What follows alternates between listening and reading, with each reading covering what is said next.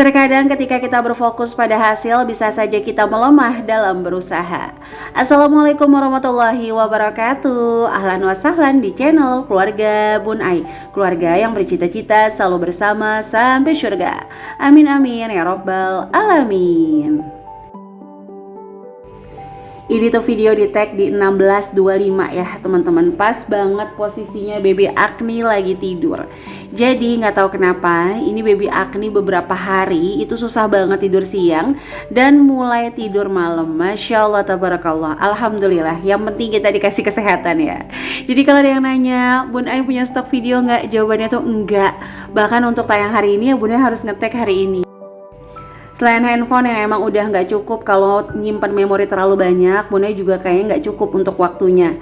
Nah itu sambil ngeliat-ngeliat taman kecil, kita cari booster dulu supaya bersemangat lagi untuk membuat video lanjutannya.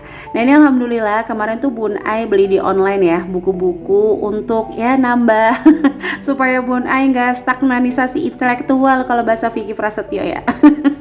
Ya, jadi baca aja. Bun Ai sih sebenarnya random kalau untuk ngebaca. Nah, karena Bun Ai sendiri bukan tipikal orang yang senang baca, tapi lebih senang untuk memperhatikan ya, memperhatikan lingkungan, memperhatikan keadaan, mereview perubahan. Jadi Bun Ai lebih senang seperti itu. Makanya jujur kalau ada yang curhat secara offline tuh pasti Bun Ai tuh fokus gitu ya, ngelihat dari ujung kepala sampai ujung kaki, gesturnya, supaya Bun Ai tuh tahu kira-kira solusi terbaik tuh untuk beliau tuh apa, supaya kita juga masuk gitu ya ke dalam curhatannya. Nah itu kalau Al-Quran biasanya Bun Ai taruh situ, karena Bun Ai itu kalau jam 1 sampai jam 3 kan lagi ngajar Smart Momokaz edisi Ramadan. Jadi kita ada kupas ayat juga, makanya Al-Quran biar mudah Bun Ai taruh di situ. Nah kalau untuk baca sendiri sih Bun Ai lagi nyoba men-challenge diri Bun Ai untuk lebih rajin baca. Karena dulu guru Bun Ai itu pernah ngajarin bacalah sebanyak mungkin ilmu, meskipun ya hanya buku tentang menanam pohon pisang, karena suatu saat bisa jadi kita butuh ilmu tersebut. Makanya jangan bosan-bosan untuk nge-upgrade ilmu lagi. Kalaupun kita udah tahu, nggak ada salahnya untuk nginget lagi. Karena bisa jadi yang tadinya tahu terus lupa, terus belajar lagi jadi tahu lagi, jadi semangat lagi. Nah ini videonya kalau nanti goyang-goyang udah biasa meskipun baby Agni tidur. Ini video 13 menit di tag, jadi insya Allah akan tetap tayang di 13 menit. Sama ada sedikit video kemarin. Sesuai janji Bun Ai ya, Bun Ai pengen banget ngasih tahu teman-teman gimana sih caranya bikin rincian pengeluaran THR. Mungkin nanti ada yang sama, ada yang beda. Nah, boleh juga teman-teman sharing di kolom komentar supaya video ini bisa jadi amal jariah kita bersama. Nah, ini nyari pulpen ternyata susah banget dimainin sama Abang Bima, Masya Allah tabarakallah. Nah, jadi kalau ngomongin THR nih ya, banyak kejadian bahkan itu hampir 80% ternyata anggaran THR itu nggak bisa membackup anggaran lebaran. Ada nggak yang ngerasa kayak gitu? Jadi anggaran THR ternyata tuh nggak sesuai dengan ekspektasi ya. Berharap ketika THR bisa A, B, C, bisa lunasin A, B, C, bisa beli ini, itu. Ternyata jangankan ngelunasin, jangankan beli sesuatu, bahkan cukup aja tuh nggak nyampe. Nah kalau kejadian kayak gitu, mendingan dirubah dulu untuk mindsetnya, mohon maaf. Dirubah dulu untuk alam bawah sadarnya. Kadang-kadang THR-nya belum datang, ini Masya Allah tabarakallah udah bisa menjamin sesuatu. Misalnya nanti deh kalau THR datang kita beli A, beli B, beli C. Nah kalau nanti THR datang kita jalan-jalan ke sini dan ke sana. Sehingga nggak sedikit orang-orang tuh yang kayak nebok dulu tabungannya untuk nge-backup keinginannya tersebut. Jadi jangan sampai ada THR tapi kita jadi impulsif gitu ya. Jadi beli sesuatu yang padahal nggak direncanain sama sekali. Nah fungsi dari kita merencanakan THR itu adalah memberikan batasan. Jangan sampai bulan yang mulia itu kita kotori dengan yang adanya malah menyisakan hutang, apalagi hutang riba ke A, ke B, ke C gitu. Jangan sampai teman-teman. Jadi Ramadan ini adalah bulan keberkahan, jangan sampai membebankan, apalagi sampai berhutang dan meninggalkan penyesalan. Subhanallah, jangan sampai ya. Oke, jadi langsung aja kita masuk ya ke rincian THR ala-ala ibu rumah tangga pastinya. Yang pertama tuh THR orang tua, itu biasanya Bun Ai anggarkan di awal. Nah di sini THR orang tua tuh biasanya Bun Ai pecah-pecah. Bingkisannya apa, amplopnya berapa, masakannya berapa.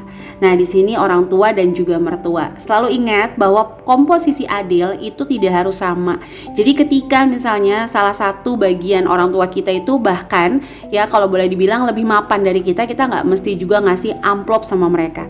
Nah, tapi ada satu sisi yang mungkin ya butuh nih dana tunai gitu ya. Butuh dana tunai udah kayak pegadaian si Bun Ai ya. Jadi misalnya salah satu orang tua kita tuh ternyata butuh dana, ya udah berarti kita kasih amplop ke mereka.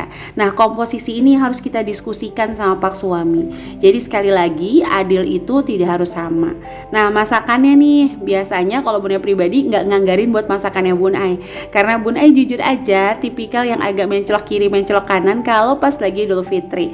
Biasanya menghabiskan waktunya tuh di rumah mama, terus nggak lama langsung ke mertua Bun Ai, atau seharian di rumah mama ya, terus jalan-jalan ke rumah neneknya Bun Ai, terus besoknya baru ke mertua. Jadi Bun Ai biasanya nggak nganggarin untuk masak ke masak pribadi Bun Ai. Kalaupun Bun Ai masak itu bisa pakai anggaran sayur biasa gitu ya, anggaran sayur di budgeting bulanan.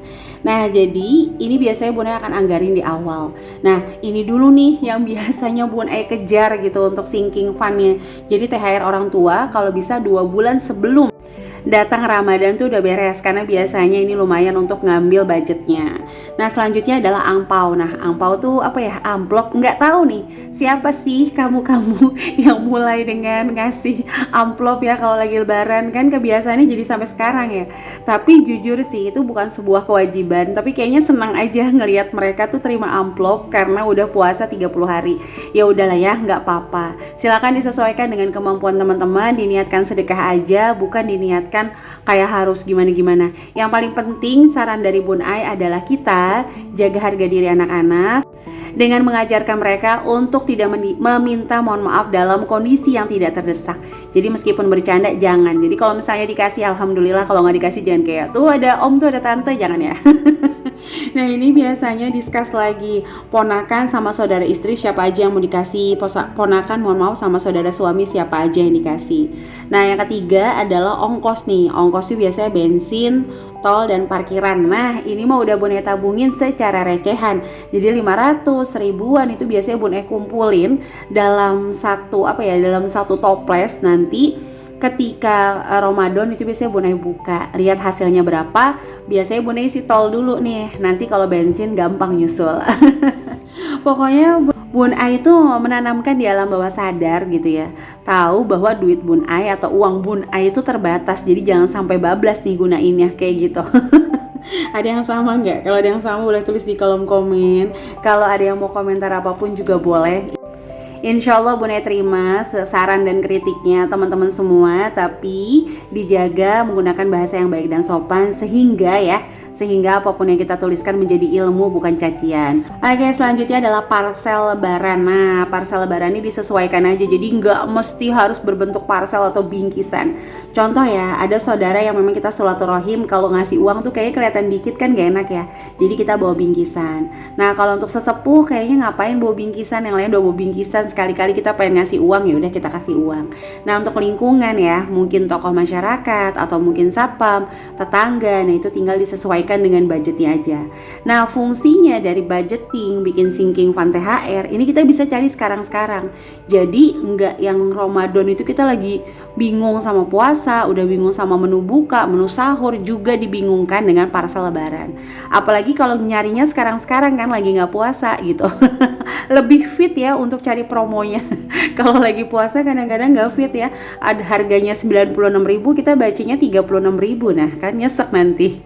Ada yang sama nggak? Atau ada yang punya pengalaman apa nih seputar diskon pas lagi lebaran atau lagi Ramadan? Boleh sharing di kolom komentar ya teman-teman. Nah, ini biasanya parcel lebaran tuh bakalan Bun Ai list secara detail ya, termasuk orang-orang nih yang mau kita kunjungi, orang-orang yang mau kita silaturahmin sama pak suami itu Bun Ai tulis. Supaya apa? Ya itu tadi, nggak ada meminimize. Kalau bilang nggak ada banget sih nggak mungkin, tapi meminimize belanja dadakan yang akhirnya makan budget, padahal kalau direncanakan bisa lebih hemat lagi. Nah, selanjutnya adalah kebutuhan keluarga, yaitu keluarga inti ya, Bun Ai, pak suami, dan anak-anak. Baju, sepatu, tapi itu biasanya sekarang nih Bunda udah mulai ngecek nih, apakah ada baju baru yang nggak kepake, belum terpakai, mohon maaf, sepatu yang masih layak, atau misalnya ada celana yang ternyata tuh di bawah belum kepake. Ini Bun Ai cek semuanya, benar-benar Bun Ai manfaatin waktu, mohon maaf, datang bulan untuk ngecek itu semua, supaya Bunda bisa tahu kebutuhan apa sih yang inti benar-benar ketika nanti bulan Ramadan, mohon maaf Lebaran, untuk keluarga intinya Bun Ai. Tabarakallah, alhamdulillah tahun kemarin malah budget yang udah kita siapin di celengan itu nggak kepake karena ya tabarakallah satu keluarga tuh dapat endorse, jadi barokallah ya. Rezeki terkadang nggak cuma uang ya, voucher, logam mulia, baju itu juga rezeki ya insyaallah. Enggak lah ya, teman-teman nonton itu juga rezeki kan buat Bun Ai. Mudah-mudahan apa yang Bunda sajikan juga salah satu rezeki juga buat teman-teman. Oke, lanjut ya, adalah sedekah plus zakat. Nah ini juga gak kalah penting Bunda siapkan setelah THR ortu, adalah menyiapkan sinking fund ini yang kemarin Bunda bahas, ditaruh dalam satu bilet deposito. Meskipun ya jangan mikir wah deposito berarti besar Bun Ai, enggak. Sekarang tuh mulai dari 2 juta, 2 juta setengah tuh udah bisa bikin deposito. Nah itu kenapa Bun Ai depositokan, karena supaya Bun Ai bener-bener ngerasa uangnya itu gak boleh dipakai. Nah ini biasanya akan digunakan untuk kegiatan Ramadan, misalnya sanlat, pesantren kilat, atau takjil. Biasanya juga kita tutup pesantren kilat dengan santunan anak yatim. Nah ini biasanya Bun Ai open donatur sama para wali murid yang ada di TK, atau bahkan wali murid yang ada di TPQ, dimana alhamdulillah sejauh ini Bun Ai masih dipercaya sebagai bendahara dan humas dari TK tersebut. Oke, jadi lanjut ya. Untuk zakat fitrah, zakat mal, fidyah. Kalau untuk fidyah ini biasanya Bunda nanyain ke mertua, ke orang tua, ada nggak hutang puasa yang nggak bisa dibayar. Kalau ada yang nggak bisa dibayar, kita bayarin sebelum datang bulan Ramadan. Pokoknya segala jenis utang tuh ya dibayar-bayar deh ya sebelum masuk Ramadan biar tenang. Selanjutnya adalah kebutuhan tak terduga. Nah biasanya Bunda akan nyiapin angpau lebih yang kemarin Bunda sharing sama teman-teman ya. Ya nominalnya nggak terlalu tinggi ya, nominalnya nggak banyak, tapi alhamdulillah mereka tuh tetap happy karena sebagai bentuk perhatian aja gitu ya. Nah itu Bunda siapkan lebih, khawatir ngasih dadakan dan khawatir mengambil hak anak-anak, THR anak-anak takutnya kita pinjam untuk ngasih ke orang lain. Itu kan nggak boleh ya, karena itu kan hak anak-anak. Nah bingkisan lebih juga biasa kita siapin di mobil, khawatir tiba-tiba suami ataupun pribadi baru kepikiran nih, oh ya kita belum kesini gitu ya.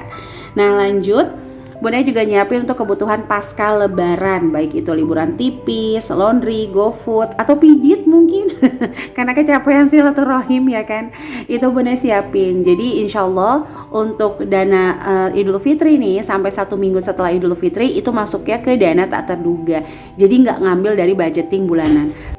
Makanya Bunda tuh seneng banget kalau Ramadan. Biasanya nih budget bulanan Bunda itu bakalan sisa jauh lebih banyak dibanding bulan-bulan sebelumnya. Nah di sini tuh udah lengkap banget Bunda nulisin kebutuhannya kira-kira apa aja. Ini hanya estimasi ya Besti.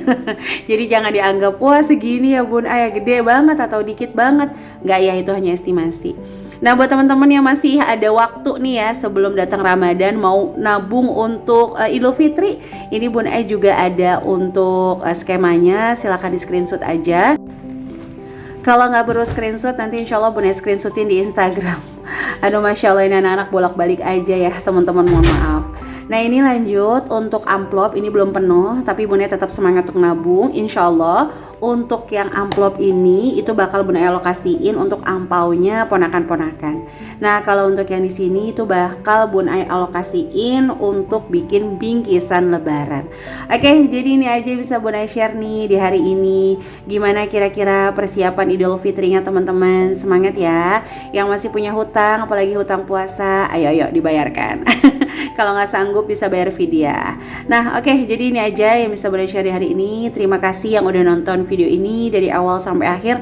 Mohon maaf atas segala kekurangan yang ada di video. Silahkan kalau ada pertanyaan seputar budgeting, baik THR, lebaran atau sebagainya, tulis saja di kolom komentar ya. Nanti insya Allah Bun Ai bakalan bahas lewat kontennya Bun Ai. Oke, jadi ini aja yang bisa Bun Ai share. Sampai jumpa lagi di video selanjutnya. Kurang lebihnya mohon maaf. Wassalamualaikum warahmatullahi wabarakatuh.